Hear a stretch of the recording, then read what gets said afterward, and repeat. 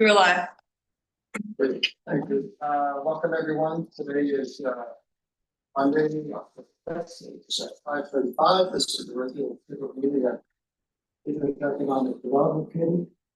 Committee members present are Councilor Finch, Councilor Hogg, Councilor Maverick, Councilor Tony, before Dr. Green. Yes. That's great. We have five. We're also joined at the table with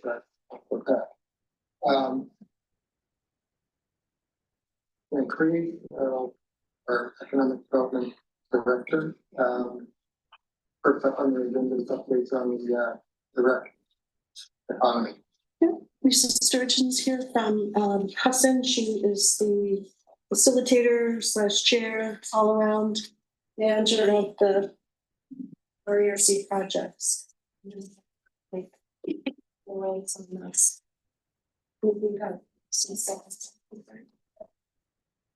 Good evening, everyone.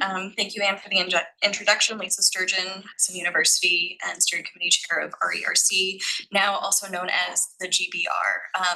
You have received a packet, and I would love to turn the focus to page 4, just our top highlights. I believe I spoke to all of you back in May when we were kind of really kicking off the summer spin of all the fun things that we had planned for the region.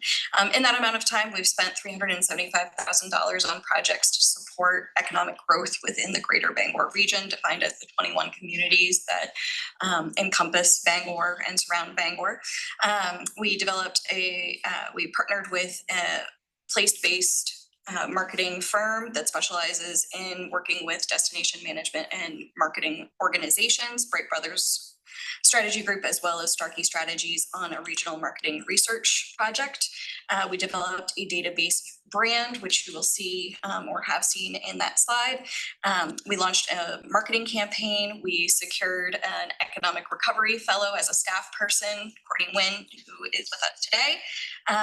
And we partnered with Roll Barisi, who the city has worked with previously, on a wayfinding audit and report that was shared with you back in May. Happy to share that with you again if you need it. As a result of that, we have worked on several projects, one including a 14 photo shoot location asset library development that was part of the marketing plan. 9 of those photo shoots took place in Bangor specifically. So a lot of while it's a regional project, the lion's share of work does focus on Bangor specifically. So just to highlight that. The real reason that I am here today is if we switch to page 6 or page 9, excuse me, wayfinding project. As you know, there are 5 regional digital wayfinding kiosks that are about to be deployed. The SIM cards from T-Mobile, who is sponsoring the first year of connectivity, arrived on Friday. So we're rolling out the installation plan for that. Very exciting. But you'll also see that we have adopted a regional brand in terms of wayfinding, just to kind of tell that story throughout the shared experience of our region. And I brought a prop with us today to kind of highlight what this would look like on the waterfront. This highlights how far Waterfront Park is if we are coming from the casino, how far downtown is, as well as some of our other amenities. So there would be 40 specific signs focused in the Bangor proper region. They would encompass the waterfront, Essex Woods, as well as other locations. Tracy, I'm looking at you, but City Forest and also the Bangor Land Trust benefited from this project as well. So they already have signs in place for their signs as well. So tonight I'm here essentially to ask for your support and acceptance of 40 signs totaling around $5,500 in partnership with the GBR and the new branding. Questions for Lisa? That's great. Councilor Fish? It's not really a question. It's so exciting. I know we've been talking about these for at least a couple of years, but I know. And this is great to have this along the waterfront, uplift people. It's very exciting. So thanks for bringing an example. Absolutely. So I'm excited to hear about this. Thank you. I had a question about the wayfinding machines. Is there an app that kind of goes with it? So for example, if I'm using the kiosk and I find a destination, is there a way for me to download that to like from the kiosk? Just scan the QR code. Great. Yep. That's so cool. Thank you. You're welcome. Yes. And I'm assuming in the pictures here, it looks like you're attaching to existing poles. Yes, so they would be either attached to existing poles that already exist, replacing signs that might have been weathered due to years of use. I think in total, there's only 10 new signs. Most of them are replacing old signs that need to be replaced. My comments were great to see for definitely formal. As someone who's done a lot of work, this is wonderful. So that wonderful with that. I would move that we would accept the fine and. Second. Comments? Thank you. Next up on the agenda is the downtown Bangor partnership. Quarter one. Executive Director of the partnership. That's Olivia. Some updates.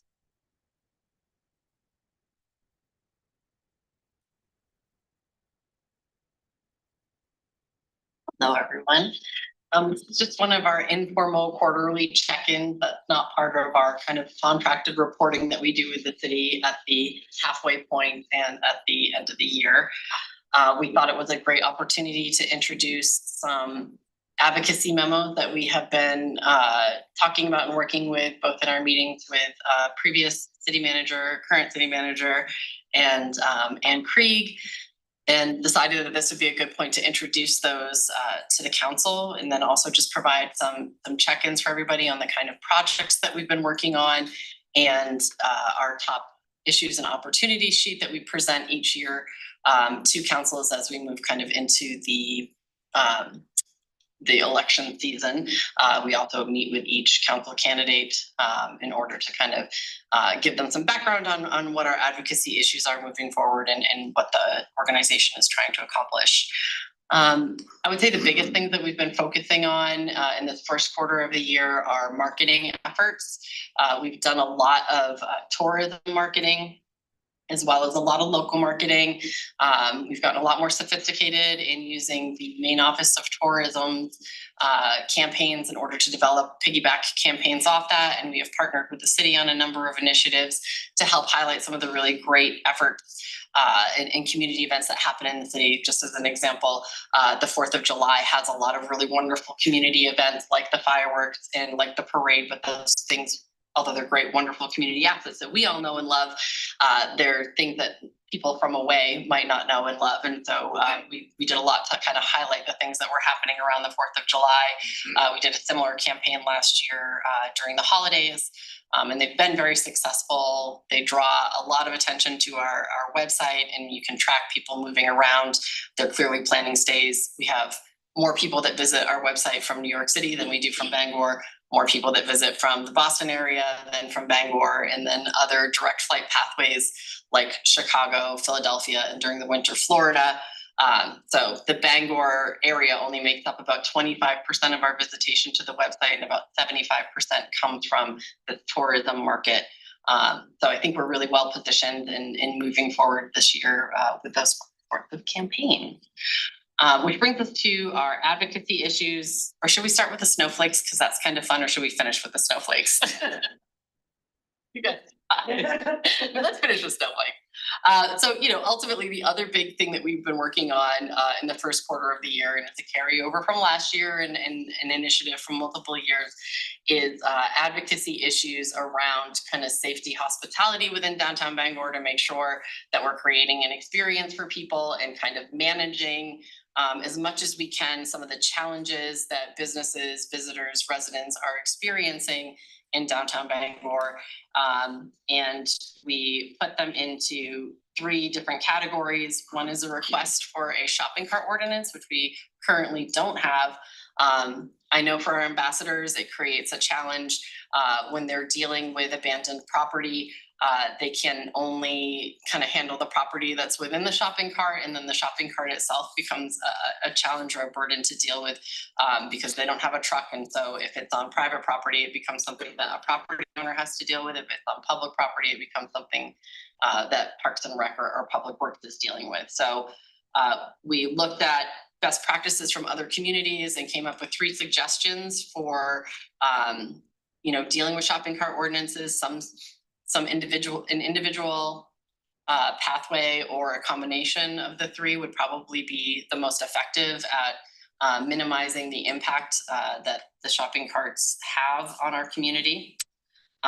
Second, we requested another look at the abandoned personal property policy that the city has, which currently says that if there's abandoned personal property, it has to be tagged by either Parks and Rec employees or Public Works employees or PD, and then remain in place for 24 hours.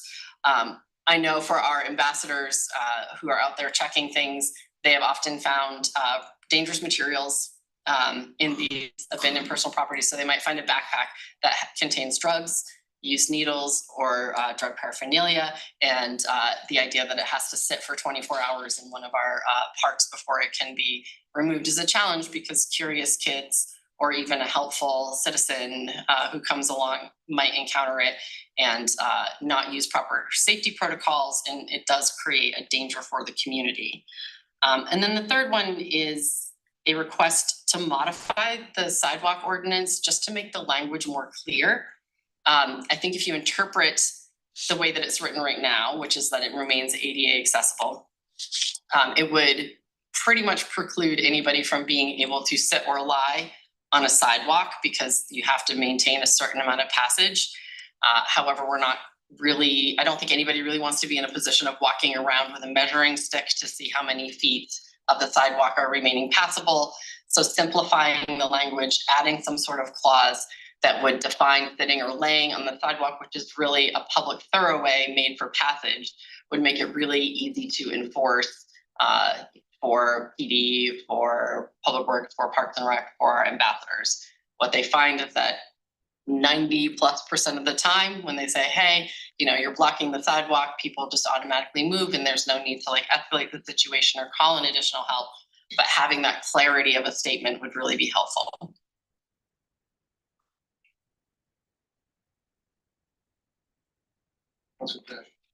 Thank you for these suggestions. I know these have been in various forms, comments, concerns presented to me and other companies as well.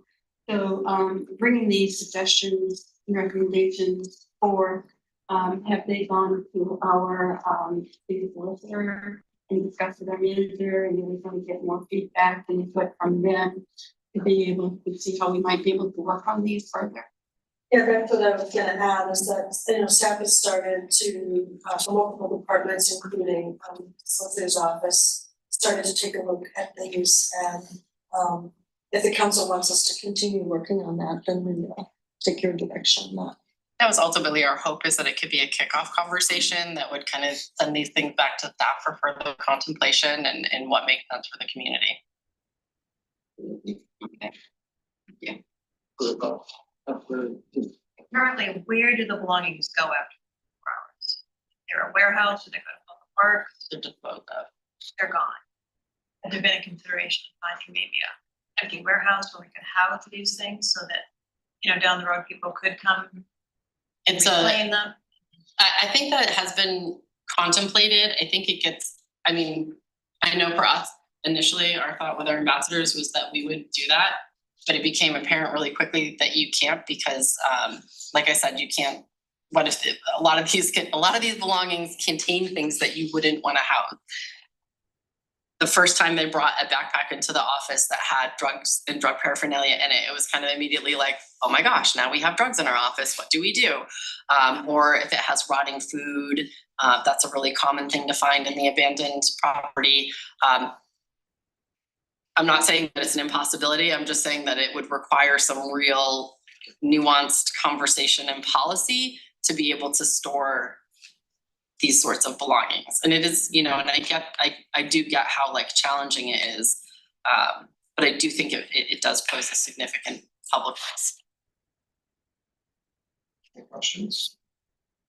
Well, I have a question on the ambassador program.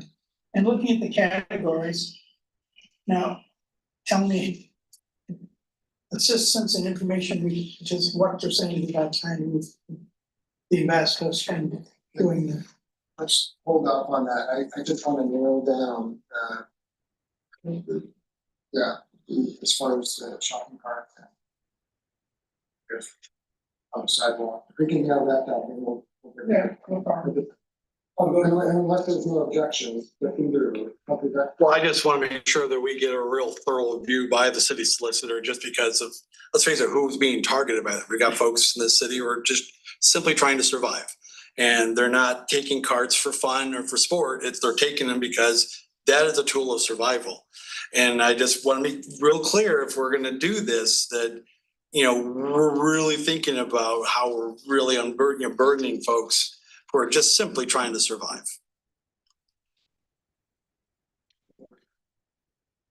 Questions? I agree with Elizabeth. I also know that a lot of private businesses and residents end up having to figure out how to handle these properties when they're building. And so I think it's very important for us to continue this discussion and have some legal guidance. And I'm all for moving along, and I don't know what other ideas we might be able to piggyback on that, maybe a disposal fee, I don't know, but I know our city resources, you know, our public parks people are also sometimes at liability for picking these things up. Time and resources are applied to, you know, cleaning this up. So I very much would like to see this continue with some actionable input and compilation. I have a question. You mentioned safety downtown. And then you went into this. Is this a different topic that you're gonna be expounding on as far as the safety down there? Because I'm hearing a lot of things from people that fear being downtown. We've seen some incidents of vandalism. We've seen, you know, and there doesn't seem to be any end in sight to that. And it seems when we were first talked to about the ambassadors, that was going to be something that they were going to be helping with. But there again, when I talk to people downtown, and when I go down 5 days a week, just kind of riding around, I don't see them around. I don't know exactly if they're doing what we thought they were going to be doing. I think it's probably quite likely that you don't see them around as much because we have them mostly allocated to nights and weekends in downtown, because right now we have a downtown beat officer that operates during the day, and we also have a public works custodian who cleans up during the day. So if you look at kind of the times that they're on schedule and patrolling, it's at night, and there is a lot of significant activity. You can kind of tell just from the overview of the report, there's a lot of significant activity that happens that night. Everything from finding people lighting fires, you know, to trying to set up camp in downtown, you know, in the public parks, underneath overpasses, that sort of thing. I think the challenge when you talk about safety and when you talk about people downtown, I think the public perception or the public conversation is quite different than the reality of what the situation is downtown when people are talking about safety downtown. It feels like, or what I see in the conversation in social media is that people are saying, oh, it's too scary to bring your children or your grandchildren downtown. When in fact, I don't really think that's the case. Do I think that at nighttime there's some real safety concerns around people setting up a camp in behind somebody's building and lighting a fire, which, you know, happens more than you would think? Yeah, that's a real safety concern. When you talk about vandalism, I know we had a broken window last week. That's probably the it's been over a year since the last broken window. And while there should be no broken windows, I actually don't think that's indicative of some massive crime spree. I think in an urban environment, those things are bound to happen and we don't even know why they happened or why this particular thing happened. I think arriving at a 0% nothing ever happens would be is a wonderful goal. I think the reality is that having people constantly walking around at night and managing the situation and intervening before any of these things happen and reducing the amount of times that they happen is a really valuable investment and has probably prevented a considerable amount of negative outcomes. But I do think that, in the last broken window that we had that was over a year ago was two intoxicated people coming out of one bar and getting into a fight in front of another bar and one pushed the other one into a window. So these things do happen. But I don't think it's indicative of some massive crime spree. I do think that there have been a lot of situations that have been intervened in that have stopped things from escalating and causing massive problems for folks downtown. Questions, comments? All right, I think everyone's in agreement. I have one more question. Enforcement of this is going to be done by the police. Ambassadors don't really have any enforcement authority. Right, what they do is they let people know what the boundary is, and like I said, more than 90% of the time a person will respond. It's a very small percentage of folks that have to get kicked up to a police situation, and that's usually your people who are more in the throes of a mental health crisis or more in the throes of addiction, but the majority of people are very responsive to, hey, you're not allowed to lay on this sidewalk, and then they just respond and move. Well, a second question would be, are the ambassadors enforcing other rules in relationship to the sidewalks, like no mechanized, no electric bikes, no bicycles are allowed on the sidewalks in the city of Vancouver? Do they enforce that, or do they tell people that? I see tons of them on the sidewalk when I'm downtown. That's actually a really good point and something that I should bring to their attention. I guess it's something that we haven't stressed with them, but it's something that we can. Because that's a hindrance to people walking. Absolutely. People with children. Sure. So I think we have to, enforcement becomes an issue there. Yeah, no, I think you're right. Like that's something that we should definitely bring up. I think, and I could be wrong, but I think the rule is that if you're under a certain age, you're allowed to ride a bike on the sidewalk, right? And then if you're over a certain age, you're not. I've never seen a 12 downtown. They are all the time. I'm there all day, every day, and I would say that 12-year-olds and younger are in and about downtown all the time. But it also says with a parent, parent adult.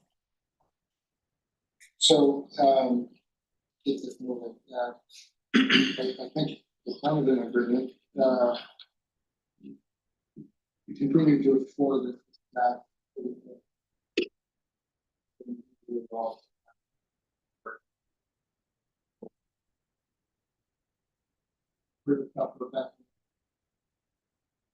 That's been weighed out. People being affected by it. I think you should have a very open public. Something at some point, obviously. I'm feeling like it.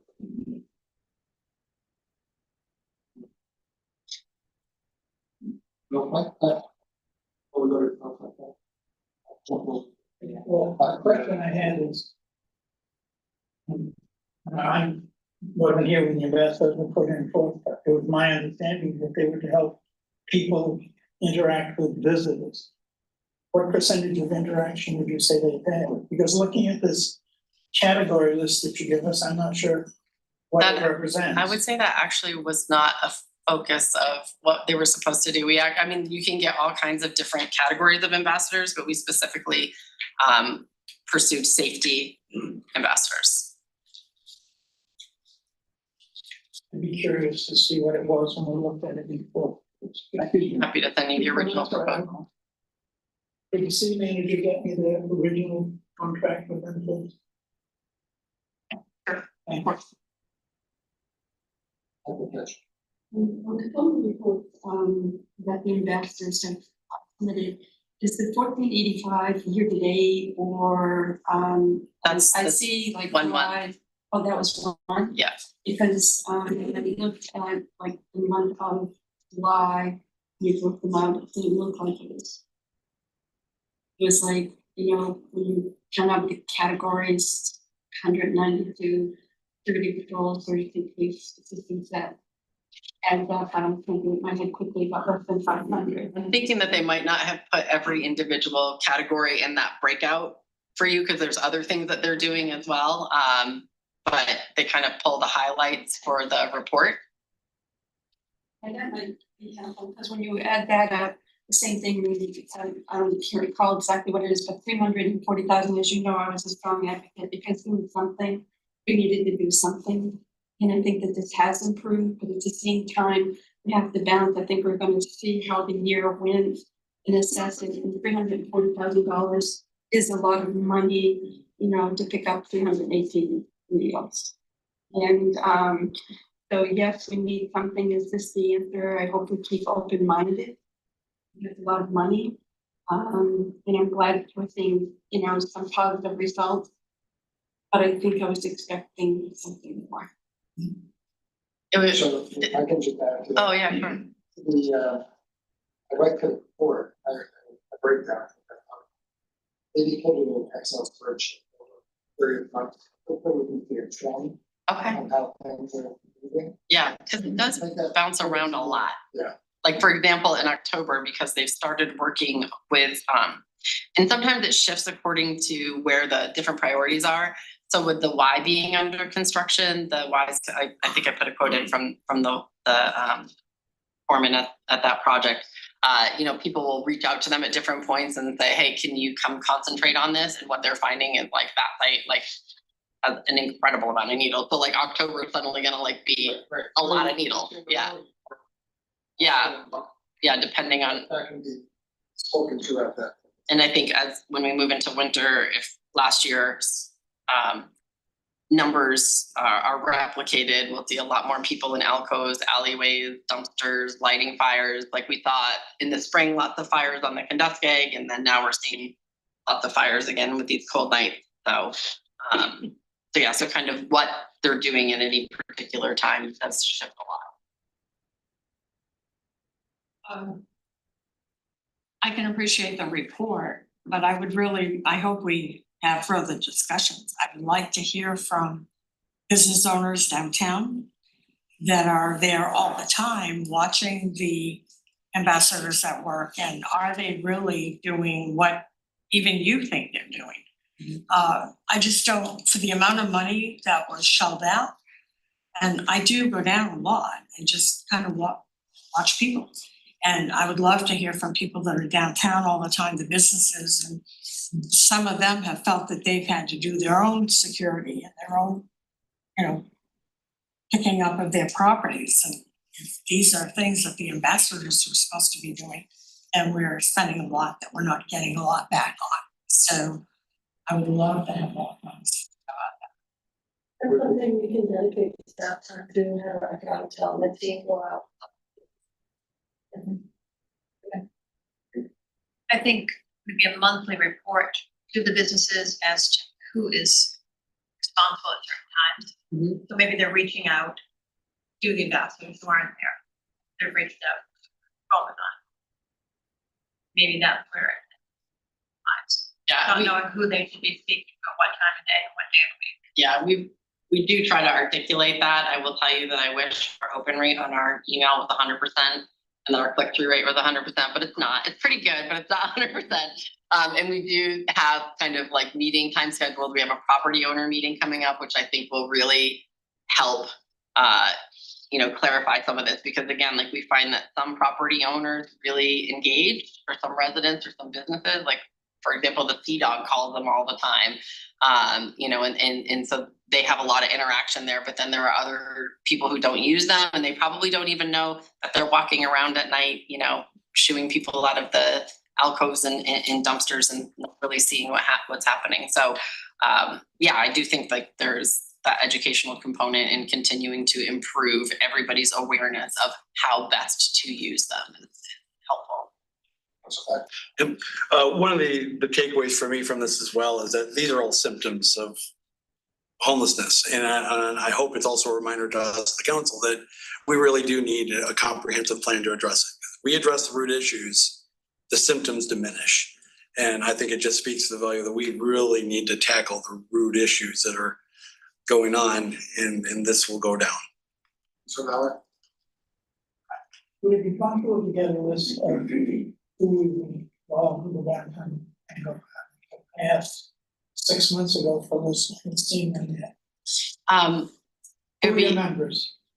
I mean, there's probably over 500 members. I can give you a list of everybody that we have knowledge of. We do it through a combination of people who self-report that they've moved their business downtown. We regularly get the tax rolls from the city of Bangor for businesses that are present in downtown, and then add those into our rolls. And then we do our best to like accommodate with nonprofits, but there are a lot of micro businesses that are constantly moving in and out, and sometimes we don't always have the best handle on them. But I think our list right now is about close to 500, probably 485. Yeah. you're right. It's not snowing outside. Yeah, I know. It's the warmest fall ever. So the last point of business is that we're always looking to upgrade our holiday decorations and really create a festive atmosphere downtown. And we recently got an opportunity to purchase these 50 large lit snowflakes that can attach to the street lamps. And we recently, as last year, added down like from Main Street, from Union Street towards the casino and the Cross Insurance Center. We added part of Harlow Street, and we added the top of Park Street Hill, and we're looking to build out our amenity portfolio for those areas. And so we were hoping that we could purchase and donate these snowflakes to the city of Bangor to enhance those areas during the holiday season this year. Questions? The funding for the downtown Bangor partnership, great deal of it comes from the city. I think, maybe define that. What percentage does the city apply? Oof, this is a deeper dive than I was prepared for tonight, because it's usually a really informal check-in. But this special assessment probably makes up about a third to a half, somewhere in there. And then the downtown TIF makes up probably another third to a half. Yeah. And then the rest of it is raised through sponsorships. Okay, then that brings up the question, the 50,000 for the snowflakes, where is the city paying for part of that, or is it No. a donation from someone outside, or? Yeah, Where the does it come combination from? of sponsorships and special assessment dollars. No. Special assessment dollars are not part of the TIF, that's just above and beyond the TIF. It's an extra bill that every property owner pays. So there's no funds coming out of the general fund. Okay, that's what I want to know. In general, we don't get any funds from the general fund at all. Or the capital, it's all out of the TIF and But the TIF is, would go to this, I don't know how I can. well, yeah, The TIF there's is an part of the opportunity city, yes. cost, yes, there's an opportunity Right. cost of the TIF, sure. Any other questions? Yeah, I have to think that, yes. May I make a motion? May I make a motion in this committee? I would love to make a motion for donation of like holiday season downtown Bangor.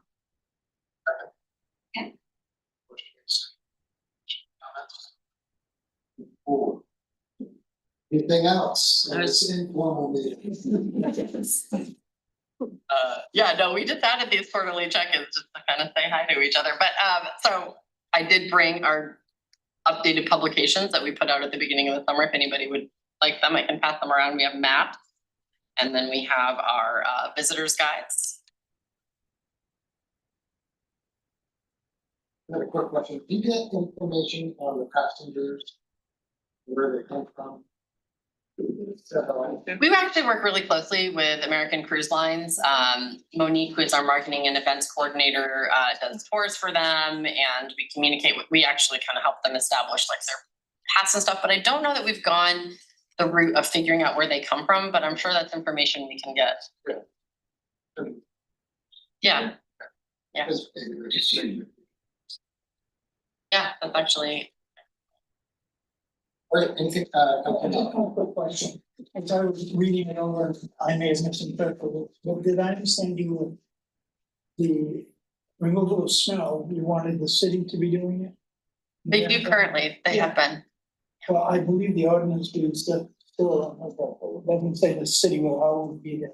And there, the owner of property on sidewalk is required to have it shoveled within a certain portion of time. And I don't know why now we're going back and expecting the city to do it. I might put the public works interim director on the spot. This is chair. Assistant Director of Public Works. Correct.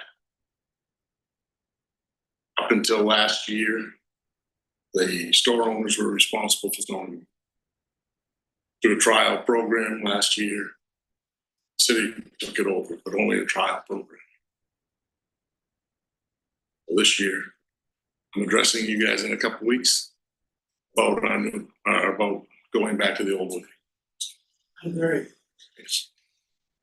right, anything else? I just want to congratulate Betsy on a wonderful day for Art Festival on Saturday.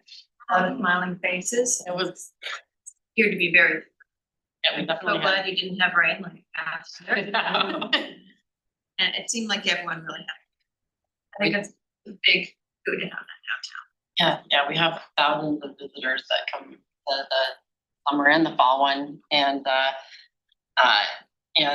able that the summer one, and can attest to the tourism folks showing up. Almost everybody Stopped at my table to chit chat, I was visiting from all over. from away. Yeah, it's really cool.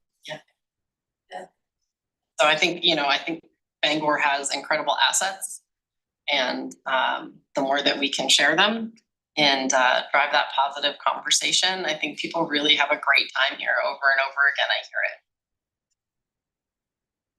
I hear it. Next up, land development code. Yes.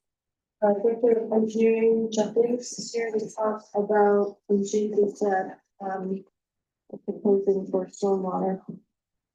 Hello.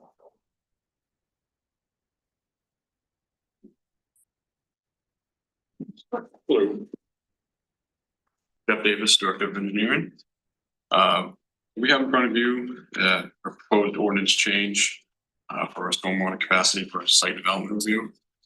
Currently, well, the DEP currently has 3 different stormwater permits during land development phase. There's a permit by rule, which is like a 14-day, 1-page process for minor developments. The next step is a stormwater permit for intermediate projects. And then the last permit is site law, which is if you have over 3 acres of impervious in your project. Right now, since like 2005, the DEP has delegated authority to the city to review and approve site law. But for some reason, we never were given the authority, or we never took on the authority to review stormwater law. Recently, the DEP has struggled heavily with staff. So their turnaround times for these stormwater permits are taking an increasingly long time.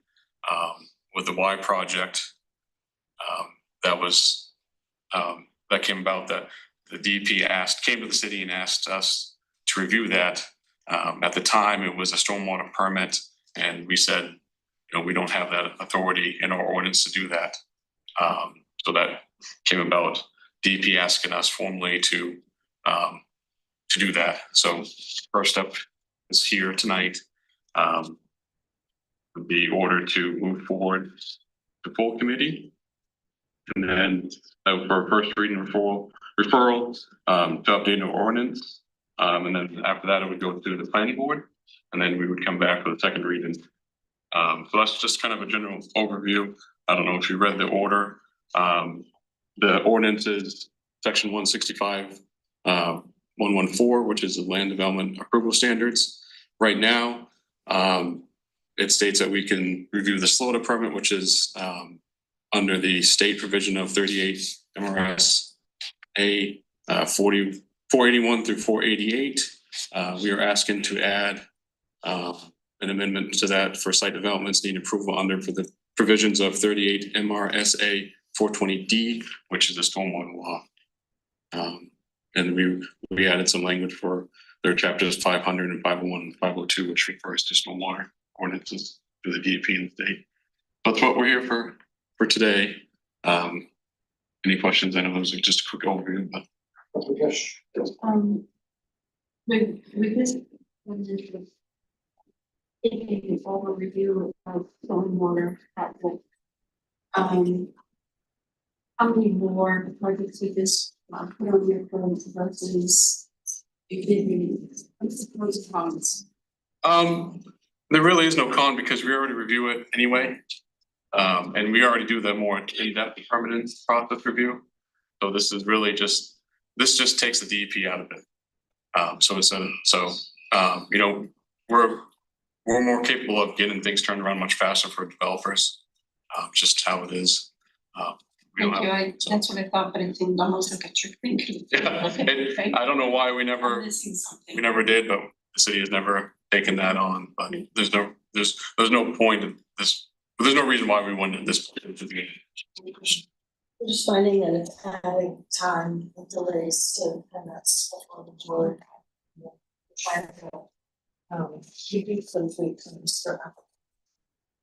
The DEP would still be there to guide us if we had issues. Yeah. The same thing that right now with SLOTA, you know, we can meet with them and discuss their concerns and if we have concerns. So. I think you have done Questions? I appreciate it. Is that opening city up for liability?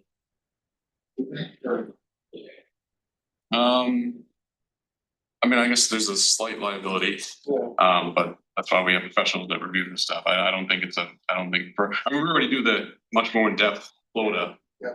So a stormwater permit is just one little piece of that SLOTA. Right. So to me, it's not a big deal to Okay.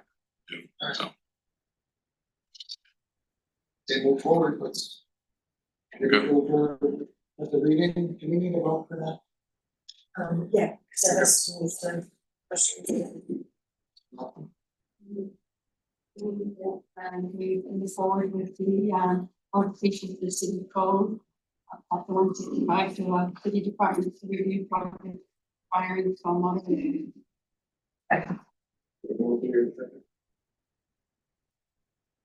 Good. Thank you very much. Next up. Airport director.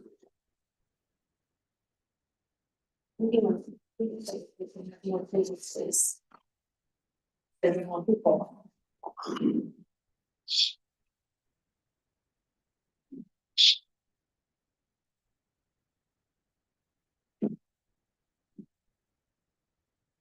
You wanna have one in your?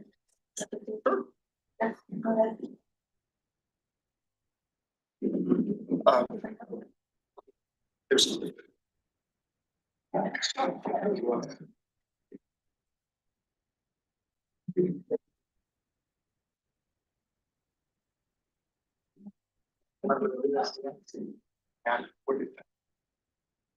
Evening, Jose Saavedra, Airport Director. Today I brought some guests with me before I jump into some of the capital projects that we're having. I'll talk a little bit about the reports that were included in this report. If you might recall, a few months back, there was a conversation about bringing to the committee and to the council a more robust quarterly report. So my intent for today was to put together that kind of report that encompassed some of the traditional information that I usually bring to you in terms of the data for July and August, and then switch a little bit more into forward looking at some of the capital projects and exciting things that are coming to the airport. So I will not spend too much time looking at the July and August reports. What I can draw some attention to is the trends that we are all very familiar with of growth all around. So one of the things that we did this time around is we changed the format in which we display some of the data, and I thought it would help us have a little bit of a better visualization of some of the information that we're tracking. And again, like I said, when we're looking at what the numbers are reflecting, I understand that in the past I have brought to you some not concerns, but the fact that we were keeping an eye on what's happening with our Canadian traffic. As you all know, Canadian passenger traffic accounts for 40% of our passenger traffic. We are seeing a slight decrease, but nothing compared to what other border airports are seeing.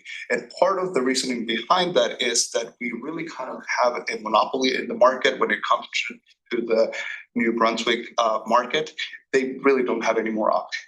So I think that's reflective by the load factors that we're seeing. And also, if you look at the graph in the lower right side, you could see that the 2025 bar that tracks, except for the period of time when we closed for the runway construction, showed a very solid growth.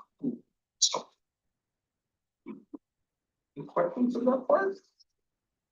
All right. And the next report that I brought in that usually is not included is our quarterly financial. It's a relatively positive picture in which we're continue to see our revenues exceeding our expenses by about $500,000 at this point, 1 quarter of the year into fiscal year 2026. And I got your numbers at the bottom. Thank you. Great. The only question I had was operating cash. Is that being invested or is it doing something? Is it just true operating? It is operating cash, but I believe that part of the reason why we have such a high level of operating cash is because of the fuel cells that we have to cash flow. So we do require quite a bit of cash on hand to be able to keep that those payments going. Yeah, the investment obviously is the 16.4. Yeah. When I look at fuel sales, roughly 2 mil, I just didn't see the cost. And you were looking at the very first slide. I believe that that's that for net. That's a net. That's for net. Great. Yes. Okay. Any other questions? All right, so I'll jump onto the next portion of my report. And here's where I'll start things off a little bit before I hand it over to some of the guests that I brought with me today. Okay, so I think Courtney is going to pull up the presentation that you should have in your packet.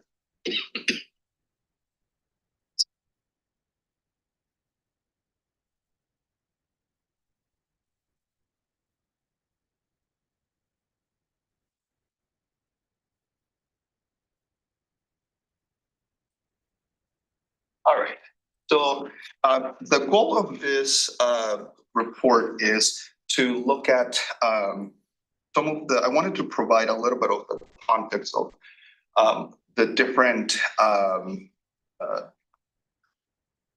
long-term, looking at the airport long-term, some of the things that we will be working in the next 5 to, well, from now until the next 5 years or so.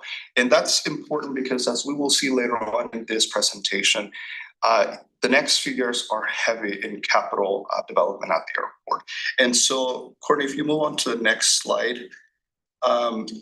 this is a brief overview of what's included in this presentation, but I'll start with a little bit of the basic information on the third slide. For most of you, you all should be pretty familiar with this information, but for some of the public that might not be as familiar with it, the airport represents a 24 million enterprise fund as part of the city.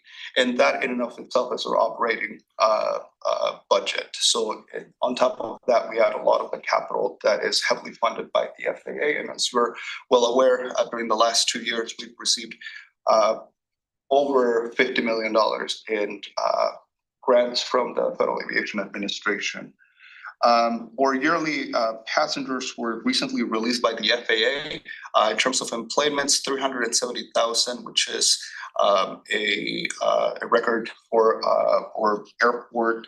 And of course, we're the second busiest airport in the state of Maine, with a robust military presence on the field. The airport has 135 plus or minus employees serving a 24/7 operation. And when we go into the next slide, I thought this was kind of eye-opening. I started putting it together a couple of weeks back because despite having 130 plus employees, this is just a one slide that I put together of different organizations that either do business, are tenants, or that we work with in a closely in close partnership.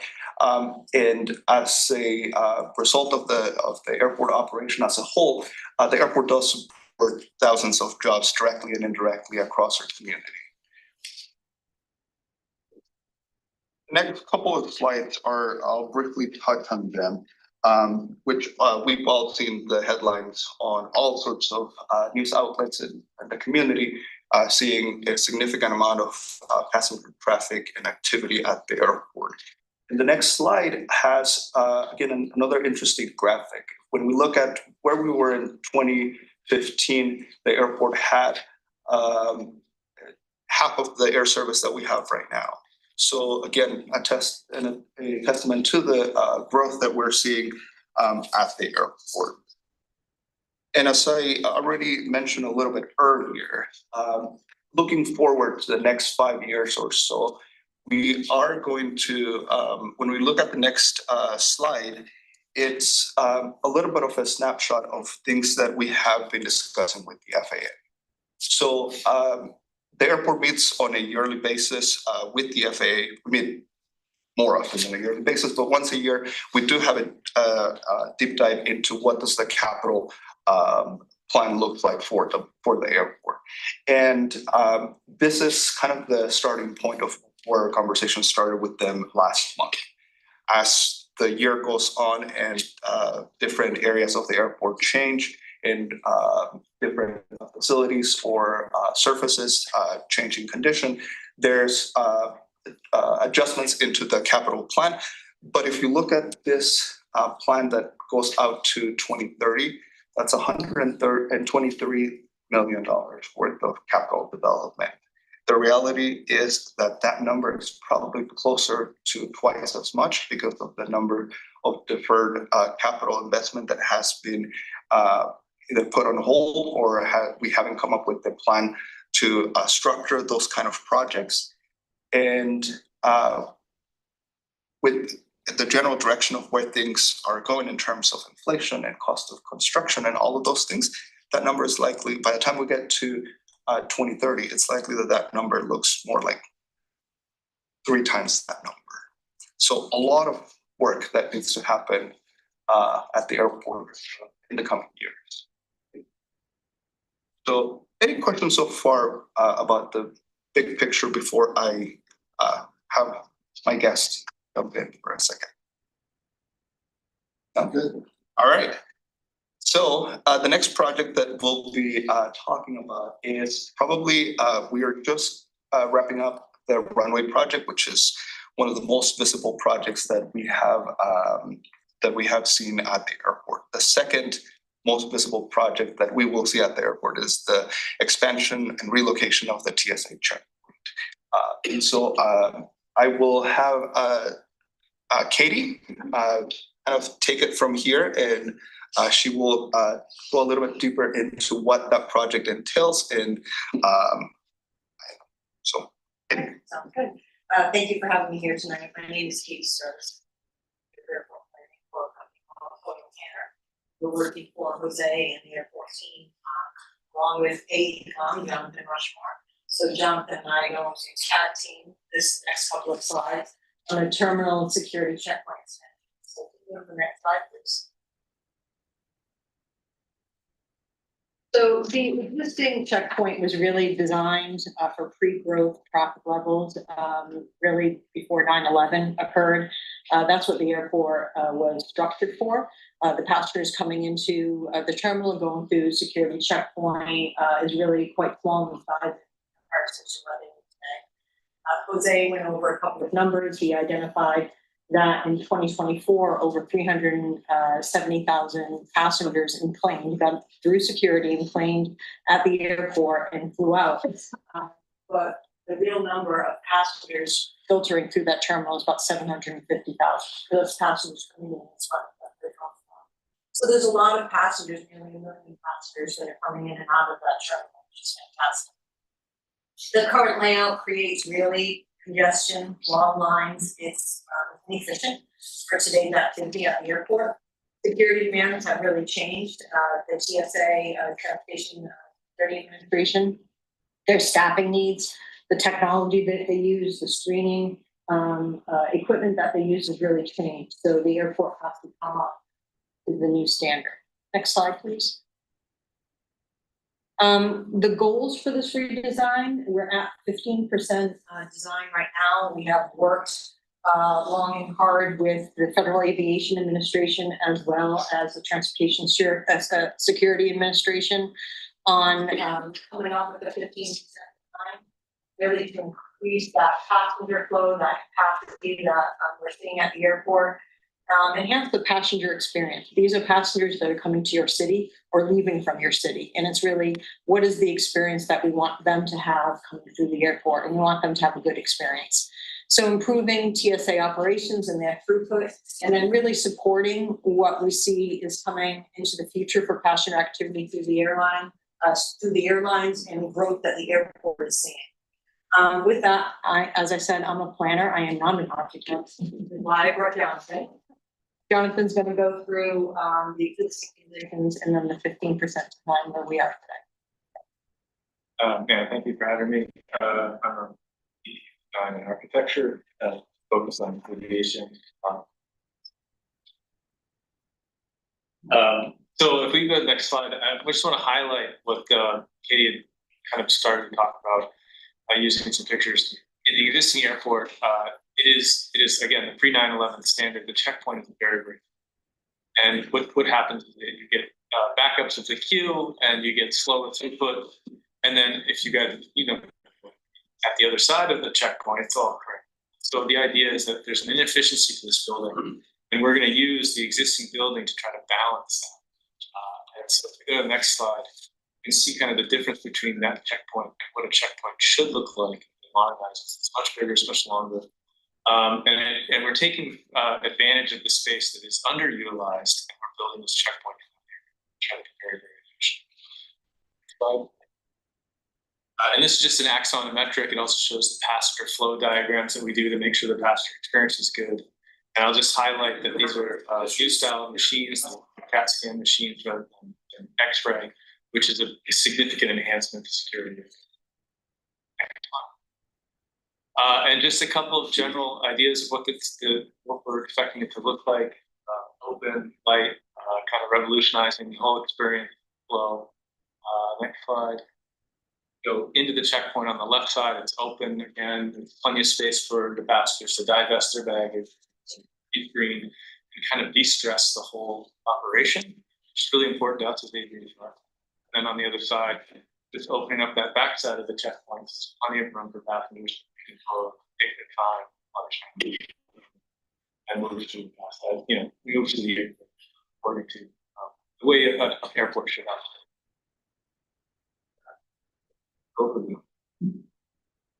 We'll pause for a second in case if there's any questions of where we are so far. Okay. All right. So I had another speaker that ended up getting sick and couldn't join us today, but we'll move on to the next slide. The other speaker that we had invited is Lee Bartlett with our consultant partners at Mead and Hunt. And as you might recall from previous reports, one of the other big projects that's coming down the pipeline for the airport is the rehabilitation of taxiway Alpha and taxiway Mike. So this project is going to service the newly rehabilitated runway, and so it's also going to be, again, a large infrastructure investment that we're going to have to develop over the next few years to be able to continue to serve our aviation community here at Bangor International. So the next slide has some of the preliminary core samples that have been extracted from the taxiway. And one of the things that you can note from this images is that the quality of the pavement, it is in really rough shape. The taxiway is just as old as the runway that we just rehabilitated. And so in order for us to complete this project, I think this is one of those projects that we are going to have to be a little bit creative on how do we develop this project, because if you recall 2 years ago when we were discussing the runway, and the runway came in 10 million over our budget that we had initially accounted for. 10 million of funding that was slated for the taxiway had to be reallocated to the runway. And so what that creates is, again, that backlog in capital infrastructure that needs to be developed. And so we're working very, very closely with the FAA to try to figure out if there's any other sources of funding, or whether it's a phased approach in which we repair the most taxed areas of the taxiway in order for us to be able to accomplish this full rehabilitation. So the next slide has, again, some of those segments that have been identified by the engineers as what the sections of this project are going to entail. And those are all the colored segments on the upper portion of the image. Any questions so far? All right. The next slide talks a little bit about some other projects that are going to be coming down the pipeline. So we recently completed the Monte Moose parking lot, which again has been operationally here for a little under a year, and it's been a tremendous success. I think that the speed at which we were able to mobilize from starting to end on that project was impressive. And just the same way that we have created that, or that we were able to put together that project, there's other development that needs to happen at the airport to address a variety of needs. So one of the key things that we are working on is the relocation of the fuel farm. That is going to be a long project, that is going to be expensive, and that it's going to have its unique set of challenges, both environmental, site, funding, all of the above. It's perhaps one of the most complex projects that we will have at the airport. But it's important for us to remember, again, that about anywhere between a third to half of the revenue of the airport comes from our fuel sales. So it's an investment. That will need to happen at some point in the near future. The other two images are of additional hangar space that needs to be developed in order for us to better serve some of the corporate tenants that are on the field, and grow in terms of cargo to grow that segment of our operation, which would only help us to diversify what we're doing at the airport. Okay. All right. And the last slide, really, before we jump into more questions, is again, a couple of highlights of what happens next, right? It's very exciting to be at the airport at this point due to all of the different activity that's happening. We're seeing unprecedented growth. We're seeing a lot of activity happening at the airport. And part of what we are going to be looking to moving forward is different ways that we can address some of that growth in terms of bringing in either developers or investment to help us better address some of those needs.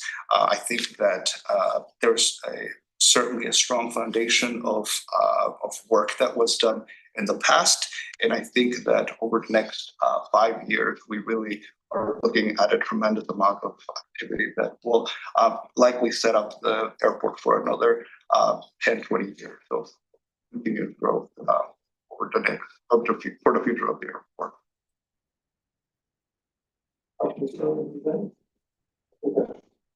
I'm stuck on almost 400 million 5 years.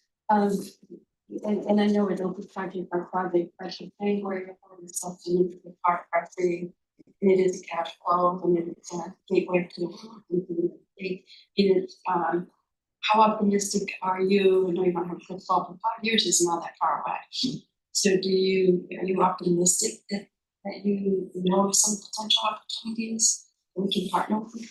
Yeah, I think that it is daunting, that number, even the 123 number it's a scary number. But I think that one of the important things that I would point is that we really need to look at creative ways of how to fund some of this development. We don't have to fund it all ourselves. There's space for us to grow in terms of working with the private sector to help us develop some of those areas like the cargo facility that can, in and of itself, are we going to generate enough revenue from it? Not, but then it has trickle effect in terms of the jobs that it brings to the community, in terms of the additional cargo revenue that brings in by landed weight.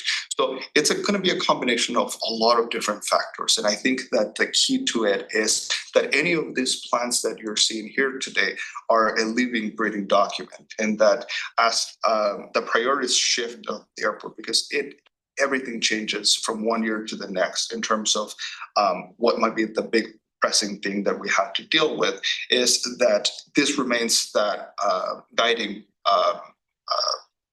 plan, really, that's based off the master plan that we developed a couple of years ago. And again, part of what we do is obviously work very closely with our consultants to help us come up with a plan that will be feasible given the constraints that we have, because we certainly are constrained. But I think that, again, being open to different delivery methods of some of these projects and some investment will be helpful to bridge that gap.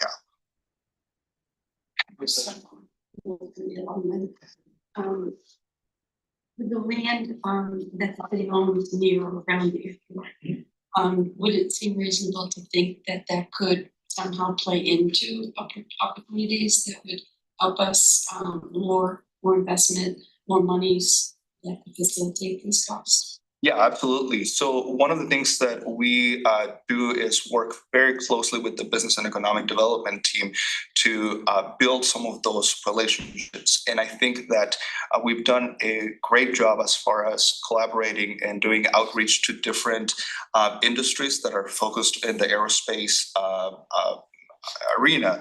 A while back, I believe it was a year and a half or so, when the business and economic development team and the airport partnered to go to the Farnborough Air Show in London, so that we would meet with a number of different manufacturers in aerospace. And so I think one of the things with any sort of development is that it takes time for us to build those relationships and for that to result into something more tangible. But we're certainly partnering and working on different opportunities.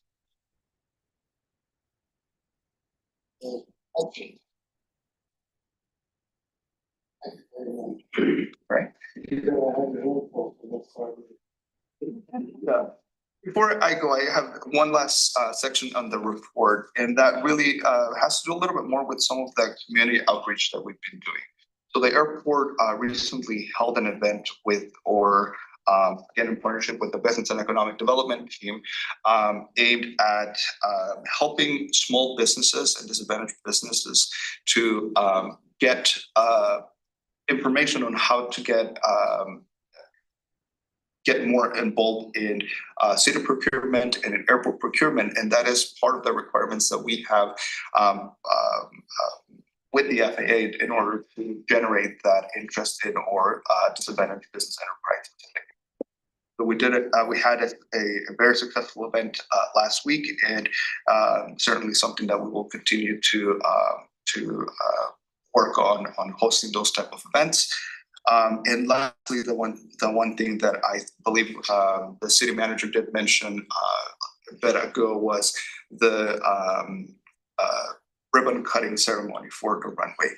I think that is a tremendous opportunity for us to celebrate that significant achievement, the largest infrastructure investment in the airport, and I am looking forward to obviously inviting our congressional delegation, because we did receive a significant amount of funding, and it's important for us as a city to have them join us and see the outcome of the tremendous amount of work that has gone into that project, so that they can both see it and also keep us in mind as we look at the next 5 years of development for additional funding will be important for the airport. Thank you. Thank you.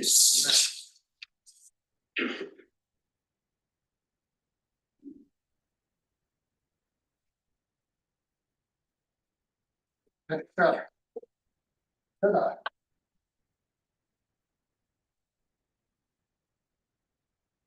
Thank you.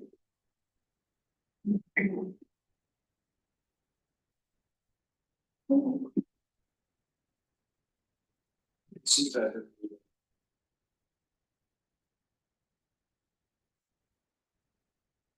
I think the only thing that came to issue was the council.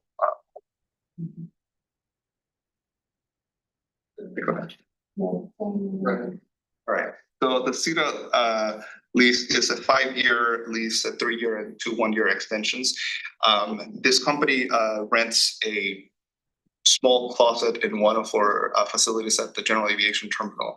It's about 7 feet by 7 feet, and they've leased that room for many years to hold some of their communications equipment. So it's yes. With question, I'm not a voting member of the committee. We had an issue with Verizon where we had to pay a hefty bill of moving, and I just want to make sure that there's something in this lease that says, hey, you got to move your own stuff if you got to move. We have developed a template of the new lease that captures all of those things. Yes. Great.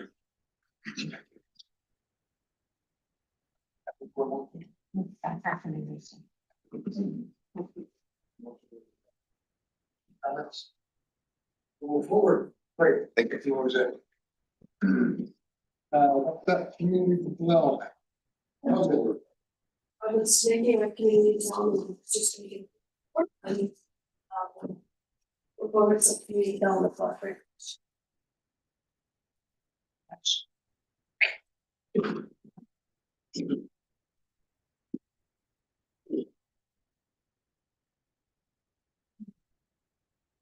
Well, thank you so much for having me today. Hopefully what I brought to you today was decidedly a little more on the positive note. So from the last time that I sat with you all. So this is actually one of my favorite parts of overseeing the community development block grant program. And this is the part that, you know, we get to learn about our efforts over the year, like drilling down the numbers and kind of understanding what we can learn moving forward as we try to make our programs better. And also to kind of close the loop on, as we learn about what are the major problems in Bangor, we, put together something that will address that. And then we really want to know how we're performing throughout the year. So this is just a little overview. And I consider these programs to be really successful when we make these changes. They might look like smaller numbers, when we're talking about like the community in aggregate.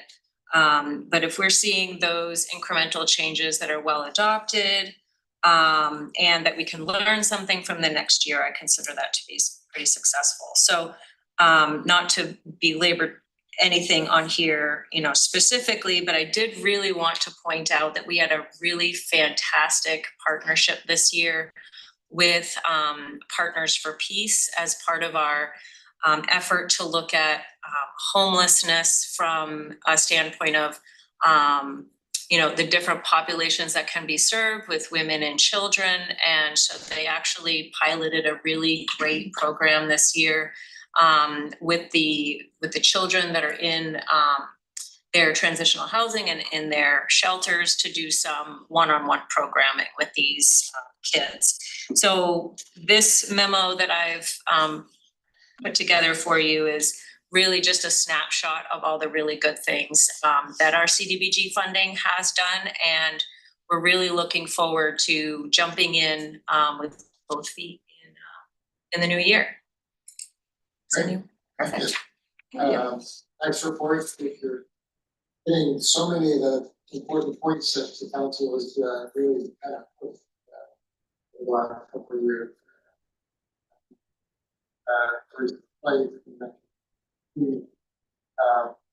That program, I think it's really Mr. area teaching.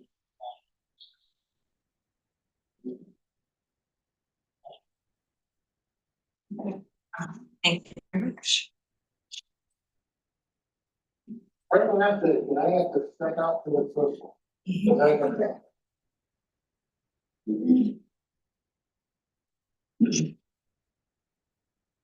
This is a request, the Bangor YMCA is looking to get funds for the Northern Border Commission. You may recall, we've used the Northern Border Commission on the Central Kitchen project, so it's a great program. We did not put the funds this year. You have to kind of wait a year, so that's why we don't have an application to the commission. So we're recommending support of this application for them. I move that Lisa work the application. Thank you. Thank you, Lisa.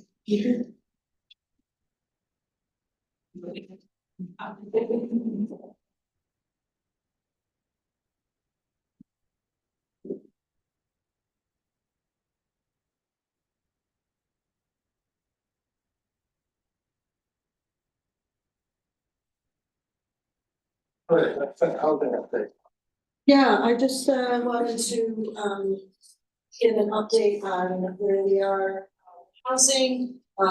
We've got some single family building permits issued. That's more than last year. I think last year the number was 9. So it's doubled for single family. So that I think it's indicative of the market changing and it's not taking as long to get contractors to build a new home, or else they've been able to clear their schedules. Because I noticed about 18 months ago, architects were telling the clients, we had to wait 2 years to get a house. So now we're kind of getting into that waiting period that's over with. So that's good. And then 13 multifamily units created last year. It was a lot more than that. So there has been a slight reduction there. There's a lot of projects that are sort of pending before planning board, pending at a staff level. So so we're hoping to get those moving along. We've worked with about 4 first-time home buyers this year. We have 22 short-term rentals registered.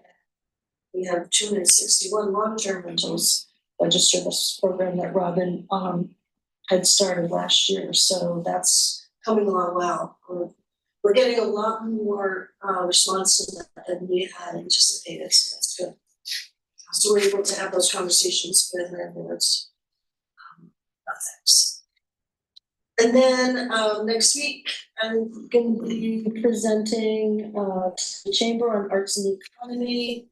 I have a professional bias that I feel like the arts and culture are an important piece of economic development of the piece. We don't have anchors, so it's good to have anchors in the downtown that are not retail restaurant, even though those are an important part of that landscape, but it's also good to have those arts and culture anchors.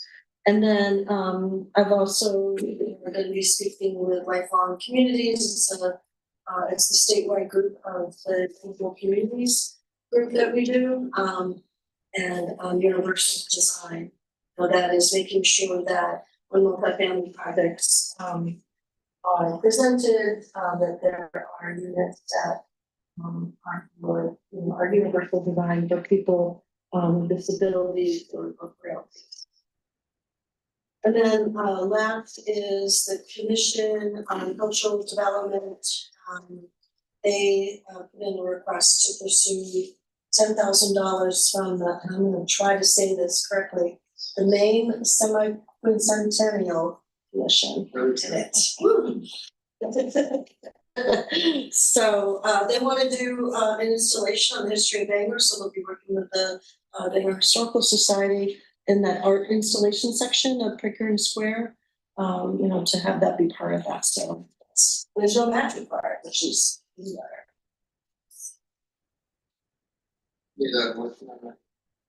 Yes, please.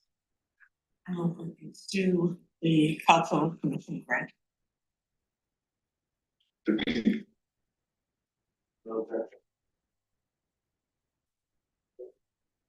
then you have an executive.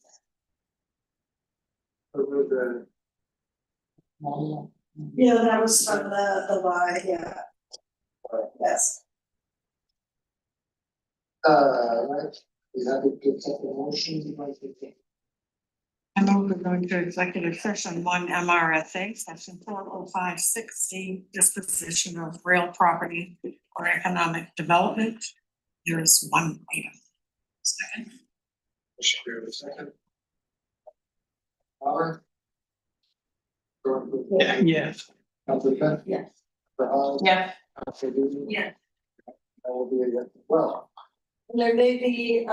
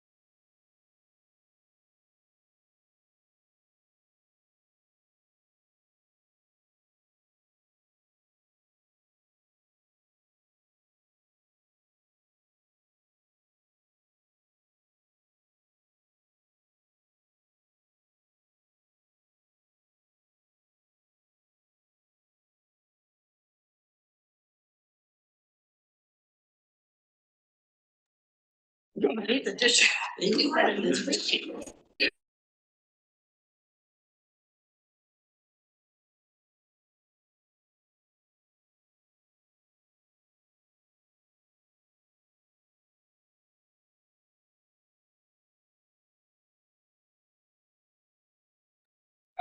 Yeah, okay, you're back. So we are out of the executive session, and be happy to have a motion.